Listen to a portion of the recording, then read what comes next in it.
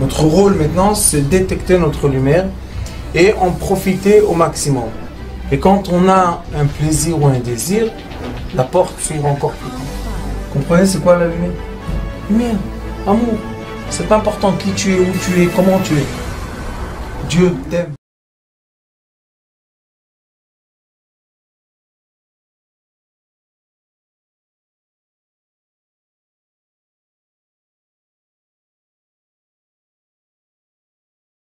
À tous nos fidèles, Sitrei Chaim TV et à toute la communauté Sitrei Chaim et à toute la grande famille Sitrei Chaim. Et aujourd'hui, on va donner un cours sur Hanouka. Oufren, Hanouka, c'est un moment précieux. Ce moment-là est l'histoire d'un peuple qui a été presque battu par ses propres frères. Qui étaient les frères qui nous ont presque achevés? Étaient les Mityavnim. Ce ne sont pas des Yevanim, ce ne sont pas des Grecs, mais ce sont les Juifs du premier temple, de la fin du premier temple, excusez-moi, du deuxième temple, qui ont décidé malheureusement de faire la guerre avec leurs propres frères et dénoncer leurs frères qui continuaient à pratiquer le judaïsme à Jérusalem et sur toute la terre d'Israël. Et ces frères-là, nos frères, qu'on appelle les Mityavnim, ce sont ceux qui ont quitté la Torah d'Israël et malheureusement, comme ceux qu'ils ont quittés ont la haine d'eux-mêmes, ils ont eu la haine de leurs frères que eux, oui, ont continué à pratiquer en cachette, dans les grottes, tout ce qu'ils devaient faire. Et les Yevanim, les Grecs, comme ils ont créé des lois en Israël, donc ils étaient obligés, quand les Mityavnim, quand ceux qui sont devenus comme des Grecs ont dénoncé, ils étaient obligés d'aller, et malheureusement, ils ont presque détruit le peuple d'Israël entier. Et à la fin, il y avait une jeune fille très très jolie qui s'appelle Yehudit, la fille de Rabbi Yochanan Kohen Gadol, qui était le père des Maccabim qui ont fait la guerre contre les Mityavnim. Et cette fille-là, qui était tellement jolie, elle a décidé qu'elle est obligée de faire une action qui est complètement extrême. Elle a tout simplement, elle est partie avec sa serveuse et elle est rentrée dans le camp de l'armée grecque. Elle est partie chez le chef de l'armée et elle avait l'habitude d'aller le voir tous les jours, la nuit, et le matin elle repartait. Et comme ça elle a habitué les gardiens qu'elle vient et qu'elle s'en va et tout allait bien. Jusqu'à un jour, elle était avec lui, elle lui a donné à manger du fromage. C'est pour ça que Hanouka, on mange du fromage, des mangées de fromage. Et il avait soif, elle lui a donné à boire beaucoup de vin, jusqu'à quand il s'est endormi. Et quand il s'est endormi, elle lui a coupé la tête, elle a pris sa tête à Jérusalem, dans son sac, elle a montré ça à l'armée, et tout le monde a eu peur, parce qu'à l'époque, quand on arrivait à atteindre le roi, le chef de l'armée, et quand il perdait, tout le monde perdait, et c'est comme ça, les frères ont commencé une grande guerre, et à la fin de tout cela, ils ont réussi à chasser d'Israël les Grecs et les Mityavnim, et Baruch Hashem, ils ont repris le dessus sur le temple, et ils avaient eu un miracle. Le miracle était, ils avaient un petit pot, ils ont trouvé un petit pot d'huile pure que les Grecs n'ont pas réussi à impurifier, et c'est pour ça qu'on mange des mangés qui sont faits dans l'huile profonde. Et aussi, c'est la raison pour laquelle on va allumer les bougies de Hanouka, Baruch Hashem. Et le plus important, c'est que cette fête de Hanouka, 8 jours, on doit être en famille, on doit être ensemble. Pourquoi? Parce que une des mitzvot de Hanouka, Denissa, ça veut dire qu'on doit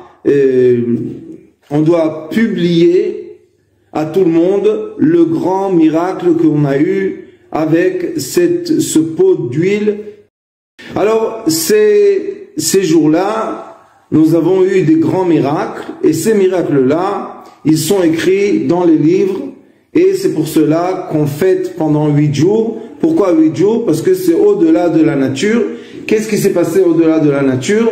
Le miracle des Hashmonaïm, le miracle des 5 frères, et la menorah qui s'est allumée. Et une des choses les plus importantes qu'on doit comprendre pendant cette fête-là, c'est ce qu'on va dire tous les jours. Ceux qui font la prière, la Hamida, on va dire Alanissim. Et quand on dit Alanissim, on révoque les miracles qui se sont faits pendant les jours de Matityahu ben Yochanan. Je vous traduis ce qui est écrit dans la prière. Le grand prêtre, Kohen Gadol, Chashmonei Ubanav, le Chashmonei avec ses enfants. Kshamda Malchut Yavan. Shamda Malchut Yavan Arisha. Alamcha Israël, les Grecs ont été sur le peuple d'Israël. Les Ashkicham Toratra, ils voulaient une chose, rien qu'on oublie la Torah, c'est tout ce qu'ils voulaient. Ils ne voulaient pas qu'on nous tue, ils ne voulaient rien nous faire physiquement, ils ont juste demandé de nous tuer spirituellement et qu'on soit tous malheureusement complètement assimilés entre les peuples qui nous entourent. Et la aviram et chuker et sonecha. Tout ce qu'ils voulaient, c'est qu'on arrête de faire la volonté divine. Pourquoi ils voulaient qu'on arrête de faire la volonté divine? Parce que ils ont dit qu'on doit arrêter, comme vous savez que je vous ai expliqué déjà au début du cours aujourd'hui, que c'était les Mityavnim, que c'était ceux-là qui ont quitté la Torah d'Israël et ils sont partis dans la Torah des Grecs. Je ne comprends pas pourquoi passer d'une discipline à l'autre, puisque de toute manière, quand ils étaient grecs, ils étaient obligés d'aussi faire tout le travail de sacrifice et de prière et tout ça, sauf que c'était vers l'idolâtrie grecque. Et quelle est la différence? Ici, Baruch Hashem, aussi, il y a une grande différence. Nous, on fait tout ça à un Dieu, le Dieu unique. Eux, ils font ça à plusieurs statuts. Mais en vrai, dans la vie réelle, eux ont un rituel et nous, on a un rituel. Donc, quel est le problème? Et toi, avec ta miséricorde immense, ça veut dire que la miséricorde divine était là, présente à nos côtés, quand on était dans ce moment très difficile, très négatif, et de qui on parle? On parle de très peu de juifs qui sont restés juifs malgré tout ce qu'ils ont fait leurs frères. On est restés, nous, juifs, et on était très peu.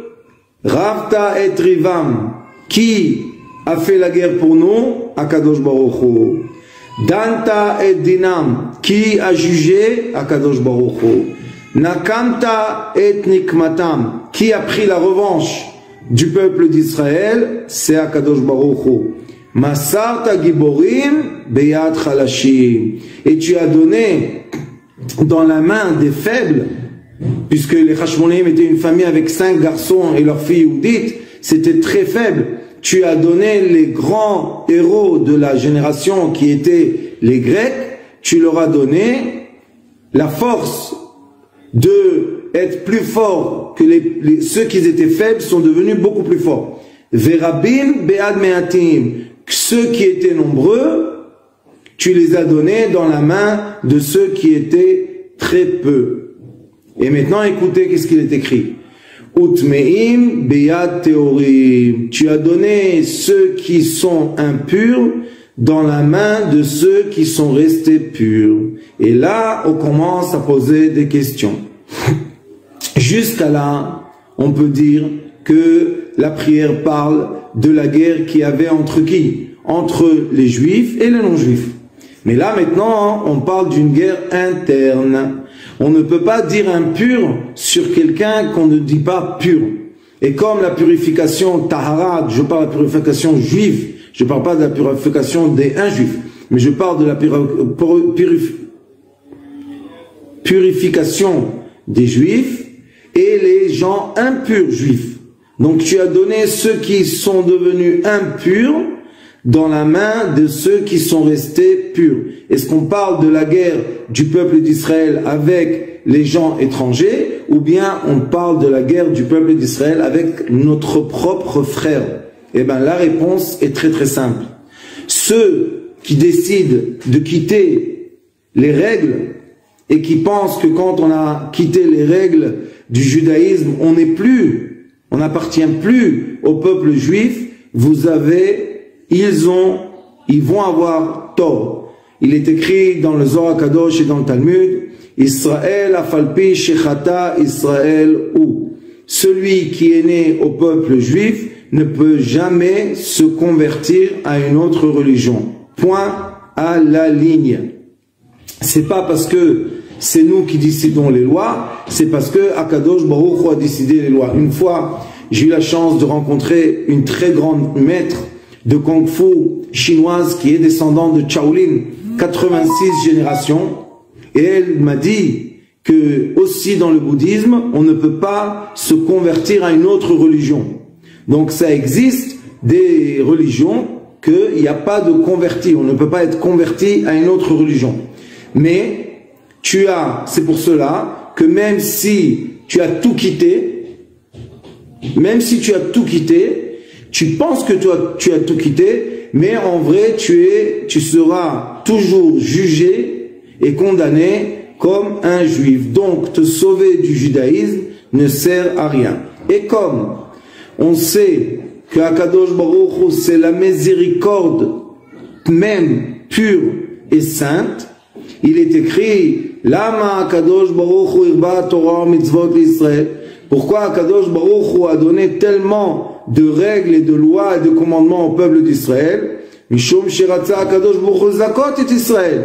Lefichach irba lahem Torah mitzvot. Comme Akadosh Baruch Hu voulait que nous, le peuple d'Israël, on soit toujours positivement jugés, il nous a augmenté, il nous a multiplié par millions des mitzvot. Cela veut dire que en vrai, si on prend les règles du Rambam et on veut maintenant juger un juif, est-ce qu'il est condamné positivement ou négativement, sachez que par le compte simple mathématique de nos actions, comme presque chaque action qu'un juif fait, c'est une mitzvah, on est tous zakaim va'amach Kulam tzadikim leolam irshu aretz. Ton peuple seront toujours des tzadikim, et c'est pour ça qu'à la fin des temps, tout le monde va être dans la terre sainte, qui est le paradis sur terre et dans le ciel. Rechaim beyat tzadikim. On ne peut pas dire racha sur quelqu'un qui est non-juif, parce que chez lui, ça ne s'appelle pas racha ou tzadik. Chez lui, ça s'appelle non-juif. Donc quand on dit Rechaim Beyat Tzadikim, on est en train de juger d'après le tzadik qui est un rachat. Qui est ce rachat-là? C'est une personne malheureusement juive qui a décidé de quitter le judaïsme. Mais même si tu veux quitter le judaïsme, pourquoi tu deviens celui qui a eu le plus de judaïsme et celui qui se bat le plus avec le peuple juif? Vous savez que malheureusement, cette nouvelle religion qui s'est imposée sur terre par force, qui s'appelle, ne vous énervez pas sur moi, le sionisme, qui n'est pas le judaïsme, cette nouvelle religion a créé en terre d'Israël une éducation. Vous savez, il y a l'éducation là-bas nationale. Eh bien, le fruit de cette éducation est que la majorité des gens veulent se sauver de leur identité juive. Et écoutez bien ce que je vous raconte. Nous sommes ici en Portugal et il y a des milliers d'Israéliens en Portugal qui ont reçu la nationalité portugaise. Grâce à quoi ils ont reçu leur nationalité portugaise? Parce que leurs ancêtres étaient des juifs portugais qui ont été chassés du Portugal à cause de leur judaïsme et pas à cause de quelque chose d'autre. Et maintenant ils sont revenus sur la terre du Portugal. Dire qu'ils sont les enfants et les descendants de ces juifs qui ont été chassés à cause de leur identité juive, et vous savez qu'est-ce qu'ils ont fait? Ils ont créé une communauté et une école. Écoutez bien ce que je vous dis.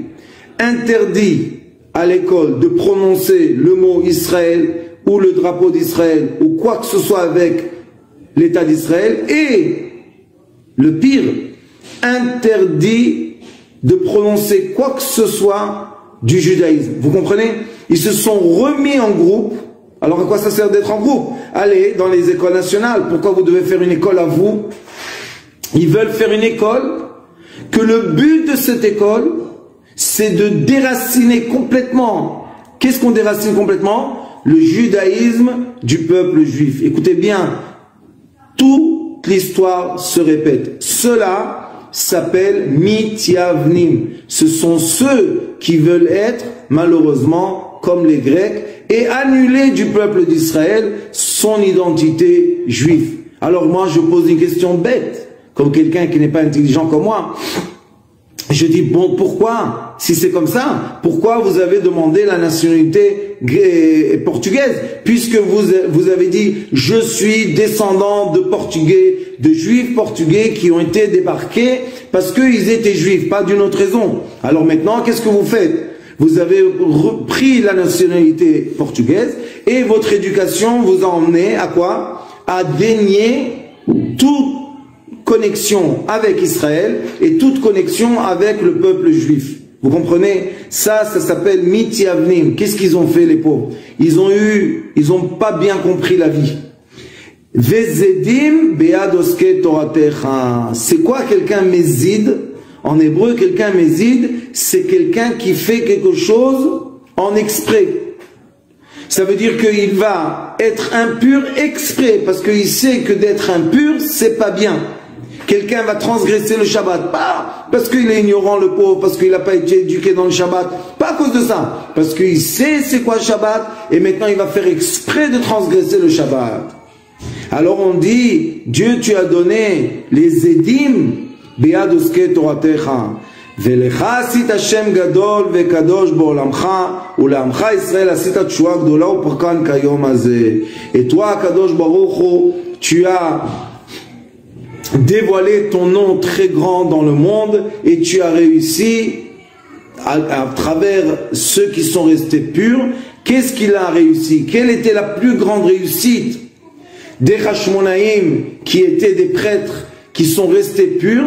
C'est qu'ils ont réussi à repurifier l'âme de leurs frères et sœurs qui étaient sur la terre d'Israël. Et quand ils ont vu tous que Baruch Hashem Akadosh Baruch Hu est aux côtés des purs, aux côtés de ceux qui ont gardé le judaïsme malgré tout, et bien tout le monde a fait tchouva, et Baruch Hashem, le royaume des Kohanim a tenu encore 200 ans jusqu'à la fin jusqu'à la fin du deuxième temple. Et après les Romains sont venus, et aussi là-bas, qui a emmené à la destruction du deuxième temple était une machloket, la haine qu'il y avait entre deux juifs, Kamtsa et Bar Kamtsa. Le Kamtsa est le fils de Kamtsa. Et comme il a eu tellement honte, tout le monde connaît l'histoire, qu'il est venu dans un mariage de son ennemi, et l'ennemi le détestait tellement, il lui a dit, ne me fais pas honte, je suis venu, je sais, mais là je suis maintenant là, laisse-moi payer mon repas, il lui a pas accepté, laisse-moi payer le repas de ma table, il n'a pas accepté, il lui a dit, je paye tout le mariage, mais ne me fais pas la honte, et il n'a pas accepté. Qu'est-ce qu'il a fait? Il est parti en Rome, et il est venu voir le César, et il lui a dit, monsieur le César, vous savez que les Juifs d'Eretz Israël pensent que vous êtes quelque chose de impur. Alors il lui a dit, ah bon, mais ce sont des gens sages, comment tu dis ça? Il lui a dit, si tu vas venir en terre d'Israël, tu vas voir que si tu touches un verre de vin, les Juifs ne vont pas boire. Mais s'il y a une mouche dans un verre de vin, ils vont sortir la mouche et ils vont boire le vin. Donc pour eux, ils te méprisent et tu es moins qu'une mouche. Le César, sa femme, elle a entendu ça. Elle lui a dit, qu'est-ce que c'est ces orgueilleux? Pour qui ils se prennent? Toi César, tu es le maître du monde. Et ils sont venus faire la guerre à Jérusalem. Vous comprenez que toute cette guerre a commencé par qui? Par la haine gratuite qu'il y a entre nous. Et c'est pour ça qu'on est sorti dans une exil de 2000 ans à cause de la haine gratuite, que Dieu nous en préserve, que cette haine gratuite-là nous fait tellement de mal pendant tellement de générations. Et pour Gilui Arayot, Shpichut Damim V'Avodah Zara, pour avoir l'adultère, pour avoir des problèmes dans la famille d'intimité, pour avoir été des idolâtres, pour tout ça, on est sorti en exil 70 ans. Mais pour la haine gratuite, on est 2000 ans dans l'exil. Et vous savez quelle est la raison de l'exil? Il est écrit que Israël sont sortis en exil pour une chose, pour qu'ils vont se mélanger entre les peuples. Et quelle est la raison qu'ils vont être entre les peuples? C'est récolter les âmes juives perdues qui sont d'un côté des juifs qui ont été complètement assimilés, pas par leur faute les pauvres, et d'un autre côté des non-juifs qui sont en vrai des juifs mais ils ne savent pas et ils ont juste le sentiment qu'ils veulent se rapprocher du judaïsme et c'est pour ça qu'ils vont se convertir jusqu'à quand qu'il viendra Mashiach Tzidkenu et là c'est lui qui va faire le tri dans le monde entre ceux qui ont l'identité de Bnei Israël et ceux qui n'ont pas l'identité de Bnei Israël. Mais à la fin, Kulam yavdu et Hashem beshem echem echad. À la fin, on va tous être unis, les juifs et les non-juifs, et on va tous s'adresser à Shem Echad ou Shmo Echad, à le Dieu unique qui est le maître du ciel et le maître de la terre. Donc, et pourquoi nous avons des frères qui se sont assimilés? Écoutez bien la seule raison, la haine gratuite. Ils ont été rejetés par leurs propres frères, comme Yosef Hatzadik a été, comme on a vu dans la paracha de la semaine, il a été jeté par ses frères, vendu par ses frères. Et Yosef Hatzadik, quand Yehuda vient le voir, qu'est-ce qu'il lui dit? Kamocha ke paro, tu es complètement assimilé. Mais en vrai, quand Yaakov, le père des tribus, a vu Yosef, il est venu avec ses deux fils, Ephraim et Menaché, qu'est-ce qu'il lui a dit? Ephraim et Menaché, Banai Emli, ce sont mes enfants comme les tribus, et Yosef a eu droit que de lui sont sortis deux tribus, Ephraim ou Menaché. Ça veut dire que Yosef, il s'est jamais assimilé, sauf que, comme il a vécu dans l'exil de l'Égypte, et comme il devait nourrir ses frères, Akadosh Baruch l'a envoyé en mission d'être chez Pharaon dans le royaume, pour être capable vraiment un jour de transformer la haine gratuite qui était la séparation entre les frères en amour gratuit que Yosef a emmené ses frères en terre de Goshen et il les a nourris pendant 70 ans. C'était le patriarche qui a nourri le peuple d'Israël le plus nombreuses d'années. Tous les autres patriarches ont réussi à être ceux qui nourrissent le peuple d'Israël pendant 40 ans. Mais Yosef Hatzadik, il a eu la chance, 70 ans. Et pourquoi 70 ans? Parce que il est écrit que Yaakov Avinu, le père de Yosef Hatzadik, était exactement à l'image du premier homme. Et le premier homme devait vivre 1000 ans. Mais il a vu qu'il y a l'âme de Mashiach qui s'appelle David Amelech et qu'elle n'a pas d'année d'elle-même puisque c'est l'âme parfaite.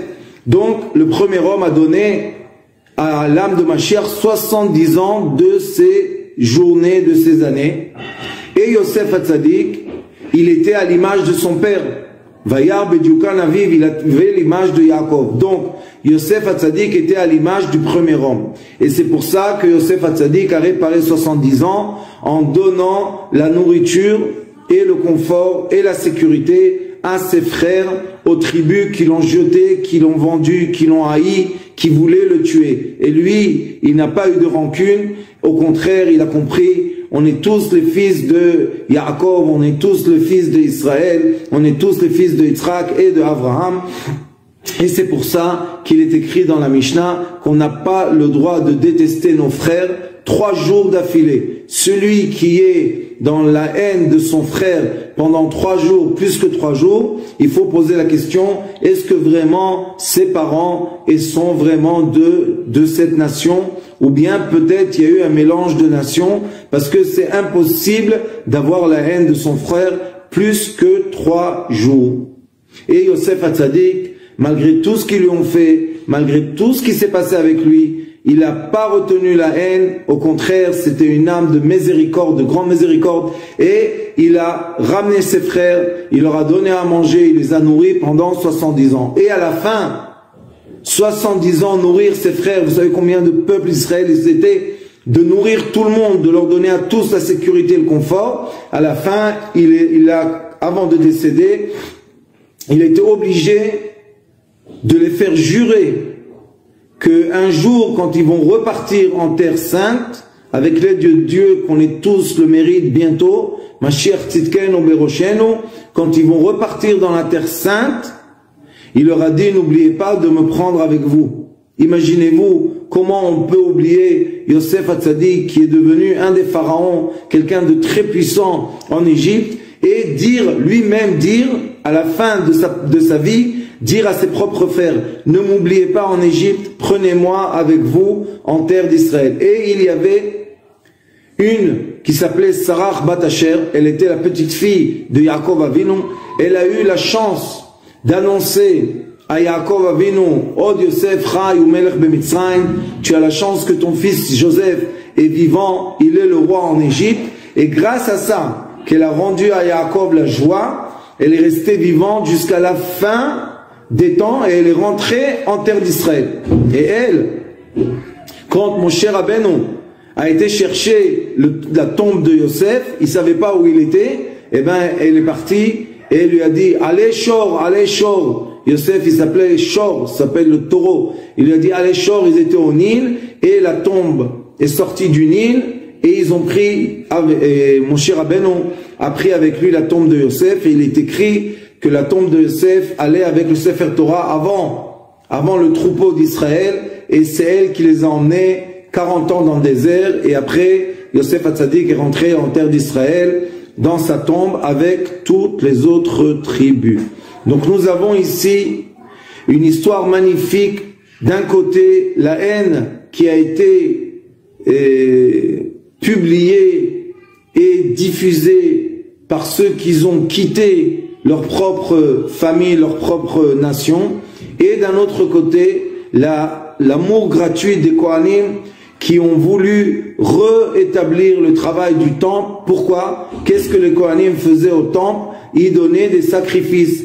Et qu'est-ce que c'était ces sacrifices-là? C'est pour purifier le peuple d'Israël de toutes ces avérotes. Il y avait le Tamid, c'était le sacrifice éternel, Tamid, et on le sacrifiait le matin et le soir, et c'était pourquoi toutes les avérotes que le peuple d'Israël ont pu faire toute la nuit, le sacrifice du matin annulé, et toutes les avérotes qu'ils ont fait pendant la journée, le sacrifice de l'après-midi avant la nuit annulé. Ça veut dire que les Kohanim, jusqu'aujourd'hui, quand ils montent dans l'arche sacrée et ils bénissent le peuple d'Israël, qu'est-ce qu'il est écrit? Levarech et amo Israël be'ahava. On est obligé de bénir le peuple d'Israël avec de l'amour gratuit.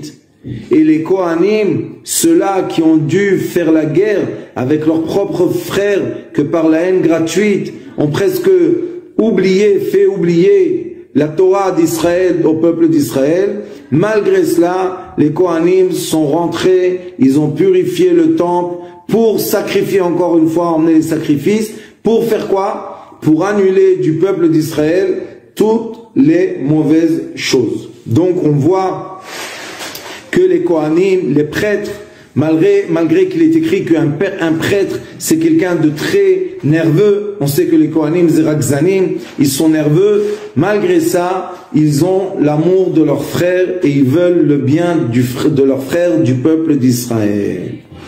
Toute cette histoire que je viens de vous raconter, c'est pour qu'on sache que Hanouka, il y a Pirsuma de Nissa, on doit publier quoi? On doit publier le grand miracle qui a été. Quel était, après tout ce que je vous ai raconté, le plus grand miracle du peuple d'Israël au temps des Hashmonaïm? C'est qu'on a réussi à renverser la haine gratuite en amour gratuit.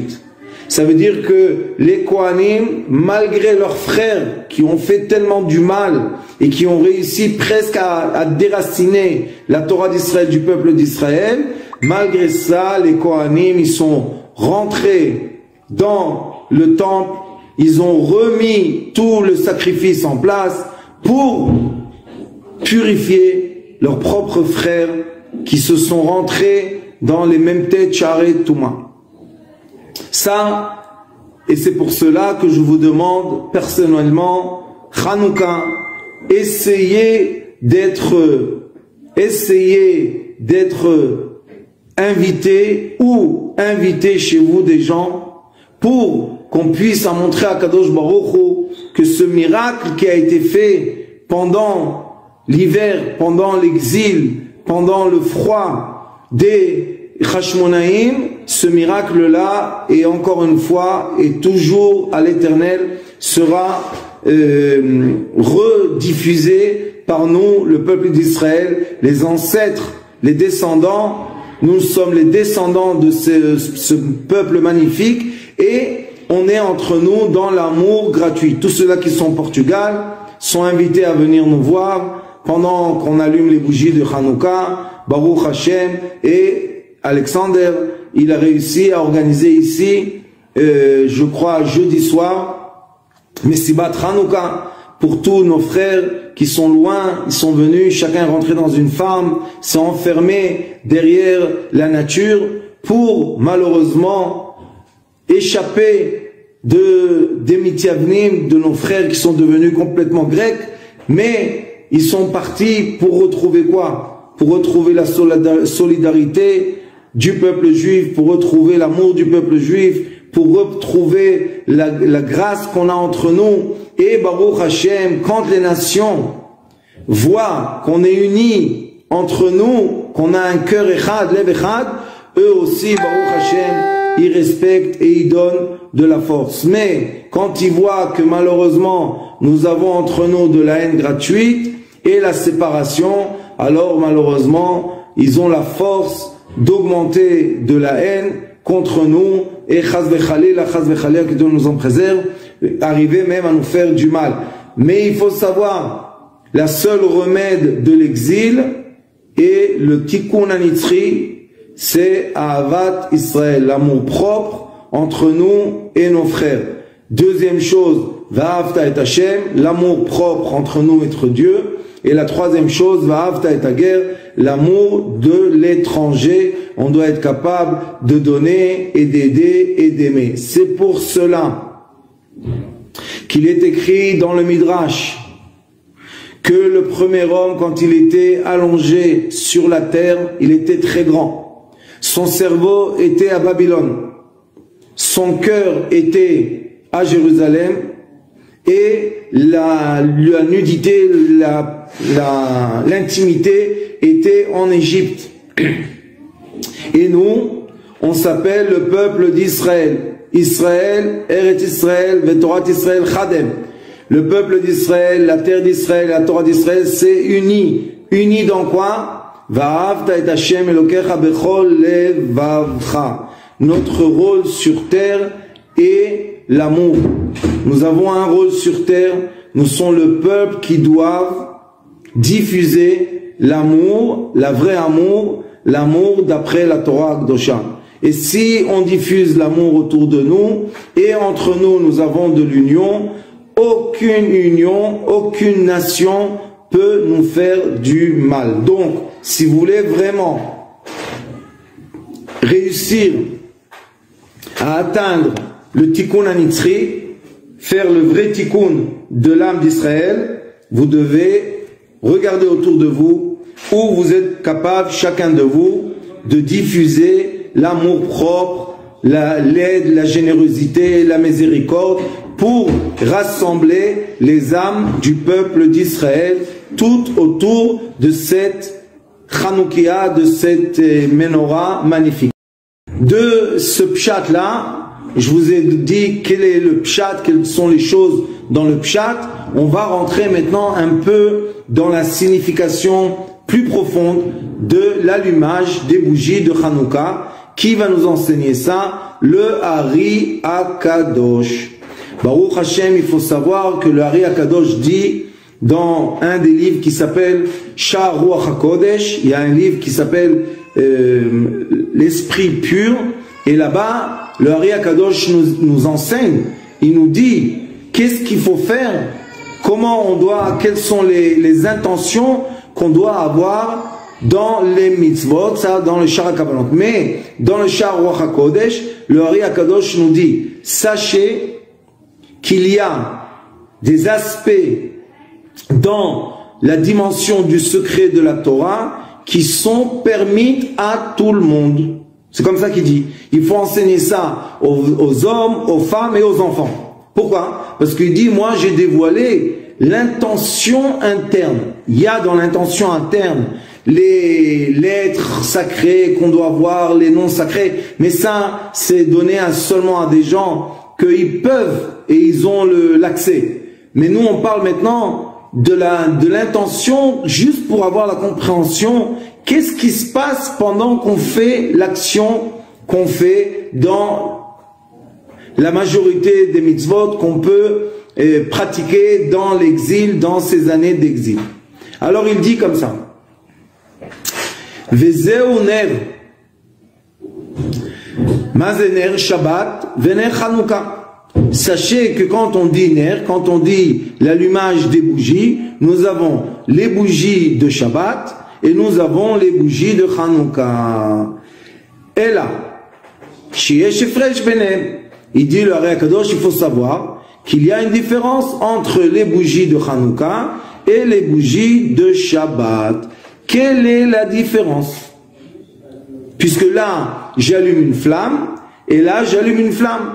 Là, j'allume avec de l'huile et là, j'allume avec de l'huile. Là, j'ai un récipient et là, j'ai un récipient. Donc, quelle est la différence entre ces deux bougies? Il nous dit, Kiner Shabbat, Ola ilemala ad haketer shelo mamash.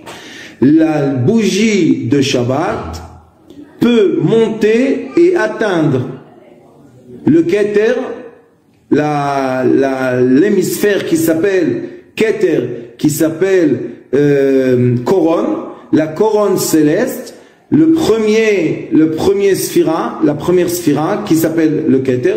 Donc Ner Shabbat, que nos femmes allument Baruch Hashem, ça monte jusqu'à la couronne Baruch Hu ou Baruch Shemo. Cela veut dire, il est écrit dans le Pshat, dans la Mishnah Shabbat, il est écrit Adliku etaner, safek chashecha, safek ena chashecha. Ça veut dire que l'homme, comme nous au Portugal par exemple, on n'a pas de calendrier de l'heure, on ne sait pas exactement quels sont les horaires de Shabbat. Donc qu'est-ce qu'on fait? Toute la semaine, on regarde à quelle heure il y a la shkia, quand est-ce qu'il y a le coucher du soleil, les derniers rayons de soleil.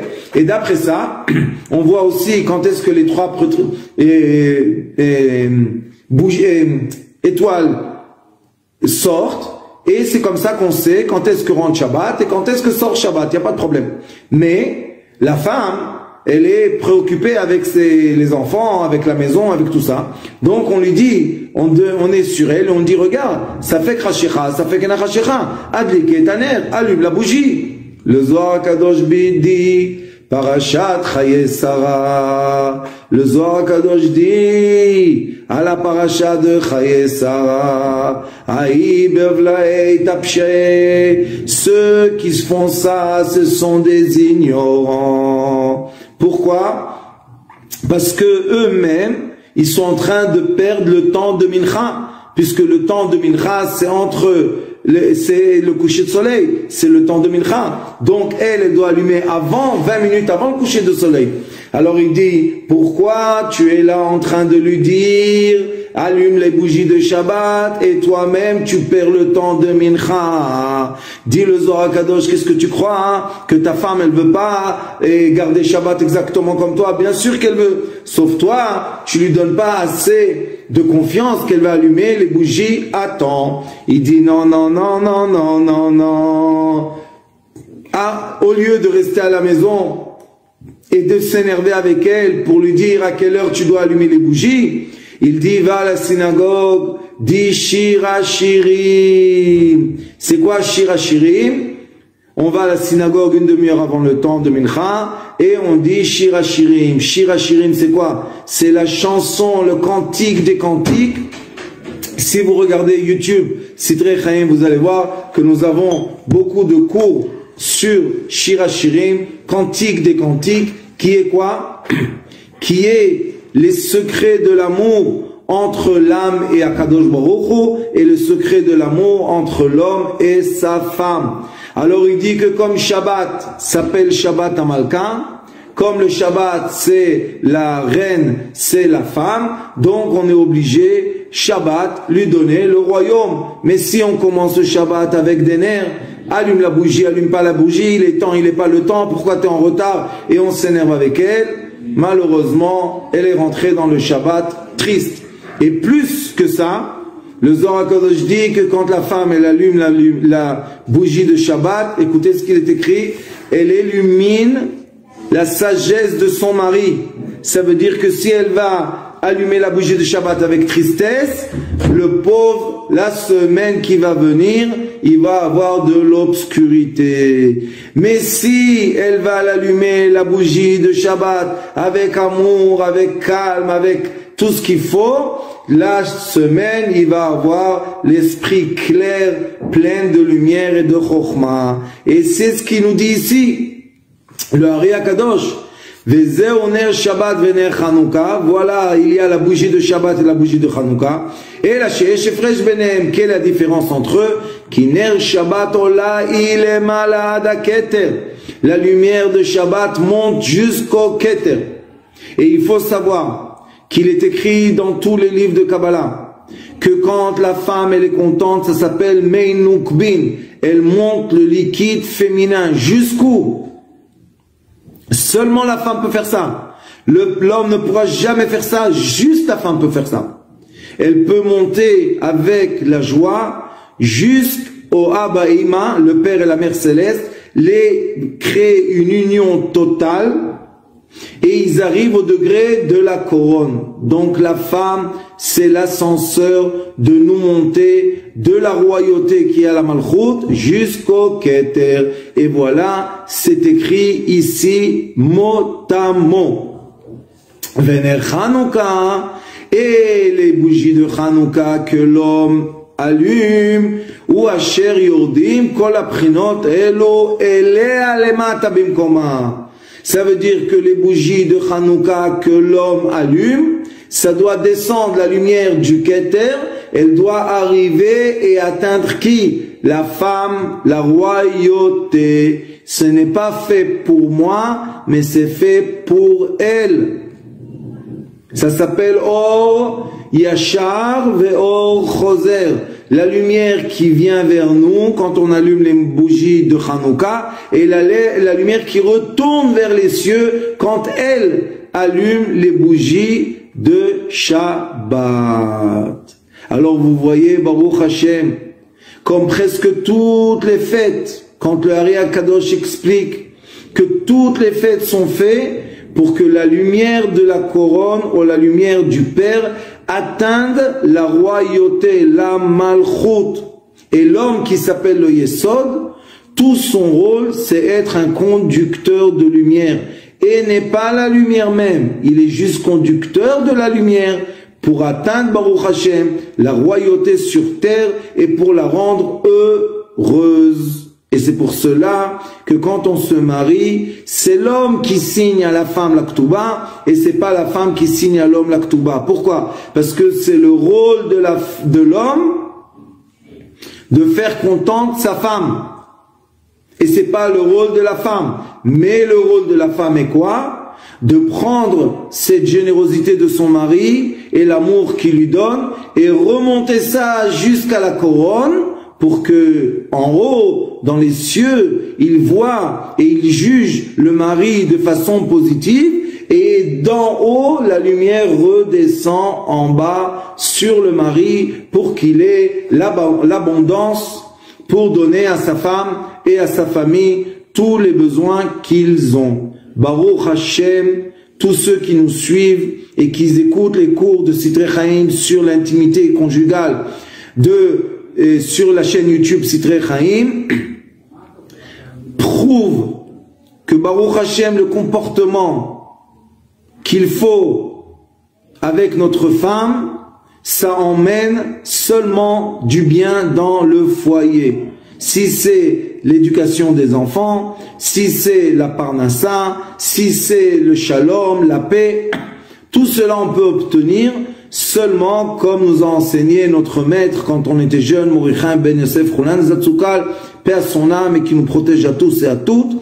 Son âme nous protège parce que lui, la première chose qu'il m'a enseigné, c'est le comportement qu'il faut avoir avec sa femme. Et quand le Rav Klein Shlita a décidé de me nommer Rav dans le Bet Midrash Sidrei Chaim à Bnei Brak, il m'a dit, le premier cours que tu es obligé de donner ici, c'est le cours de l'intimité conjugale que tu as étudié avec ton maître. Et Baruch Hashem, on a eu la chance d'enseigner ça nombreux d'endroits et nombreux de gens, et Baruch Hashem, tout le monde témoigne, hommes et femmes, que leur qualité de vie a changé. Et c'est pour cela qu'on doit comprendre tout cet enseignement de lumière, de bougie, tout ça, c'est le mouvement de la lumière, comme on enseigne, Baruch Hashem en particulier, quand on enseigne les élèves de l'école Sidrei Chaim, l'école de la thérapie alternée, de la thérapie lumière. Et là-bas, dans la thérapie lumière aussi, nous avons toutes les preuves et tous les indices et tous les supports écrits que la lumière Or Yachar, cette lumière-là descend tout le temps vers l'être humain. L'être humain même, dans son cœur, parce que c'est le seul endroit qu'on doit travailler, c'est les midot. Dans notre cœur, on doit travailler nos midot et mettre en égalité tous nos caractères, arriver au point zéro, et du point zéro, Baruch Hashem, rebondir la lumière Or Choser vers les cieux. Et comment on sait que notre caractère vraiment s'améliore seulement à travers du reflet de notre femme. Quand notre femme, elle est contente avec nous, ça veut dire qu'on est dans l'axe qu'il faut. Quand malheureusement on sort du chemin, du droit chemin, maintenant notre femme, elle commence à être mécontente. Et oui, Baruch Hashem, heureusement qu'elle est là, parce que c'est elle le panneau sur la route qui nous dit est-ce qu'on roule comme il faut ou bien chas v'chalila on ne roule pas comme il faut. Et ce que je suis en train de vous dire quelques minutes n'est pas les choses que j'ai inventées, mais Baruch Hashem, la Torah, la vraie Torah du peuple juif, et non pas malheureusement, comme j'ai entendu plusieurs fois, certaines personnes parler du mal des femmes et dire sur elles des choses affreuses. Ce n'est pas la Torah d'Israël, oubliez tout ça. Je ne comprends pas qui leur a donné la permission de parler comme ça, mais qu'est-ce qu'on peut faire? C'est la vie. Velachen kniat shemen shel Shabbat, et c'est pour cela que si quelqu'un est pauvre, il a de l'argent d'acheter seulement de l'huile d'olive pour juste la bougie. Quelle bougie on doit allumer? Est-ce que c'est ma mitzvah de l'homme, l'allumer avec cette huile, la bougie de Hanouka, ou bien je dois donner l'huile à la femme pour allumer la bougie de Shabbat? Écoutez bien, halakha, c'est un commandement. Nerot Shabbat Kodmim, la bougie de Shabbat est avant. Il a un débat dans le Talmud. Si quelqu'un il a tellement peu d'argent qui peut acheter ou de l'huile pour allumer des bougies sur la table de Shabbat, ou acheter du vin de Shabbat, qu'est-ce qu'il doit acheter? La bougie de Shabbat. Pourquoi? Parce que quand la femme, elle voit de la lumière dans la maison, ça la rend gaie, elle est heureuse. Et comme tout le Shabbat, c'est pour rendre la femme heureuse, donc les lumières de Shabbat sont plus importantes que le vin du Shabbat. Et vous voyez qu'ici, il nous dit, les lumières de Shabbat, les bougies de Shabbat sont plus importantes que les bougies de Hanouka. Baruch Hashem, Ner shel Shabbat Kodem, ou Beinyan Adlaka. Maintenant, on va poser la question. Maintenant, pour l'allumage, Qu'est-ce qu'on doit allumer avant si on a eu la chance d'avoir de l'argent pour avoir et de l'huile pour les bougies de Shabbat de la femme et de l'huile pour la Hanoukia? Ça veut dire que l'homme, on a étudié aussi dans la halakha, l'homme doit allumer les bougies de Shabbat, de Hanouka, Shabbat Hanouka, avant le coucher du soleil et mettre assez de l'huile pour que ça soit allumé aussi pendant le repas. Alors qu'est-ce qu'il doit faire? Il doit prier Mincha avant l'allumage des bougies. Après qu'il a prié Mincha, il va allumer les bougies de Hanouka. Après cela, la femme, elle va allumer les bougies de Shabbat. Et après, on fait Kabbalat Shabbat et on a les deux bougies qui sont allumées. Qui veulent dire quoi? La lumière de l'allée, ça veut dire qu'on a allumé la lumière qui vient vers nous, la lumière droite, verticale, par les bougies de Hanouka, et on a la lumière du retour par les bougies de Shabbat de notre femme, Baruch Hashem. Parce que si les bougies de Shabbat vont être allumées avant les bougies de Hanouka, qu'est-ce qui va se passer avec les lumières?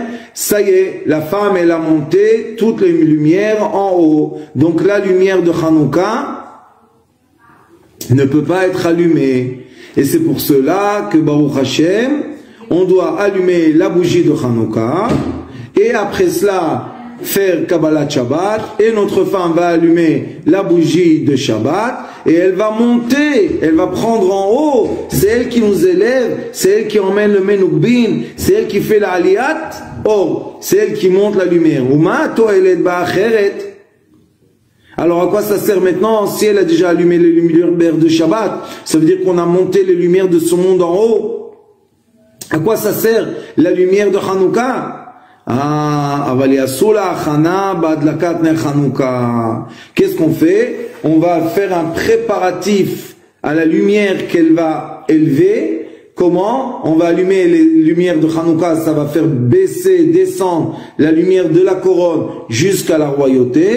Et après, Baruch Hashem, la royauté elle est heureuse parce qu'il est écrit que les nérotes, les bougies de Hanouka mettent de la joie dans la maison. Et quand elle va être dans la joie, elle va monter toute cette joie et va l'emmener jusqu'à la couronne, Baruch Hashem.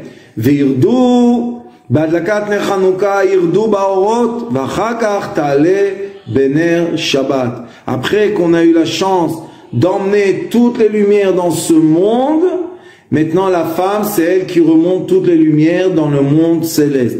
Il est écrit dans le Talmud, Korot beito veishto meidim alav beyom adin. Dans le jour du jugement, Korot beito, ishtoi beito, les murs de la maison, il est écrit Masechet Yoma Bamishnah, ishtoi beito, sa femme s'appelle sa maison. Donc les murs de la maison, c'est la femme. C'est qui? Al-Kirot Lipra, le cœur de la femme, les murs du cœur de la femme vont être témoins au jour du jugement de l'homme. Veishto et sa femme vont témoigner sur lui. Est-ce qu'il a vraiment fait le travail céleste qu'il faut? C'est de faire sa femme heureuse, joyeuse, lui donner tout ce qu'il peut, Mais la chose la plus importante qu'une femme veut vraiment dans sa vie, c'est la joie, c'est l'amour, c'est l'éducation des enfants. Elle est tout le temps préoccupée que Baruch Hashem y ait dans sa maison de la paix. Il faut emmener tout ça, et vous pensez que le confort physique, c'est ce qui emmène la joie, vous avez tort. Et beaucoup d'hommes se mettent, malheureusement à cause de Hollywood, dans la tête, qui vont travailler très très dur pour le confort physique, et à la fin, malheureusement, ils ont perdu leur famille pendant cette route du confort physique. Sachez que le confort physique, c'est quelque chose qui descend des cieux. C'est de la lumière qui descend. Pour que la lumière descende sur toi, tu es obligé que quelqu'un fasse monter ta lumière dans les cieux. Qui fait monter cette lumière? Le confort, l'amour, la joie, la sérénité, la paix de la femme. Quand elle est en paix, quand elle est en joie, elle fait monter ses lumières jusqu'en haut, jusqu'à la couronne, comme vous avez vu que le Ari Akadosh nous explique. Et après cela, Baruch Hashem, tout se découle sur l'homme. Donc, ceux qui cherchent l'abondance, et ben voilà, vous avez 8 jours. 8, c'est un chiffre qui est au-delà de la nature, comme vous savez très bien. 7, c'est la nature. Et 8, c'est au-delà de la nature. On peut monter jusqu'à Abba Ima, jusqu'au Keter. Comment? Nous, on va allumer les bougies de Hanouka. Et Baruch Hashem, on va faire descendre l'abondance. Mais la femme, c'est elle qui va faire tout remonter dans les cieux. C'est elle qui va témoigner que Baruch Hashem, on se comporte comme il faut avec la fille du roi, comme il écrit dans le Zohar Kadosh. La femme s'appelle Barta Dekut Shaberichu. La femme s'appelle la fille du roi. Et c'est sûr et certain que si quelqu'un se comporte avec sa femme comme la fille du roi, comme une princesse, alors le roi du monde, ne manque de rien à cette personne. Mais si l'homme, Chazve Khalila, se comporte avec sa femme, malheureusement comme une esclave, serviteuse, chiffonnière, etc., alors c'est sûr que le roi va s'énerver avec lui et après il va se poser la question, pourquoi Ne pose pas pourquoi, regarde le panneau en face de toi, ta femme, et regarde, est-ce qu'elle est épanouie? Est-ce qu'elle est brillante d'amour? Est-ce que tu prends soin d'elle? Est-ce que tu t'occupes de ses besoins? Si tu le fais, elle va faire monter en haut seulement un bon témoignage sur toi. Et Baruch Hashem, après cela, tu auras de l'abondance et tout ce que tu as besoin. Je vous remercie d'avoir été si nombreux présents dans ce cours. Je pense que c'est très important de diffuser la vérité partout où vous pouvez. Ces cours-là doivent être diffusés pour que Baruch Hashem, on ait la notion droite, vraie et juste de la Torah Kdosha. Et vous avez vu qu'on a commencé par le Pshat, Remez, Drash, et on est arrivé au Sod, et tout est aligné, tout est une échelle qui est posée sur terre et qui monte jusqu'aux cieux.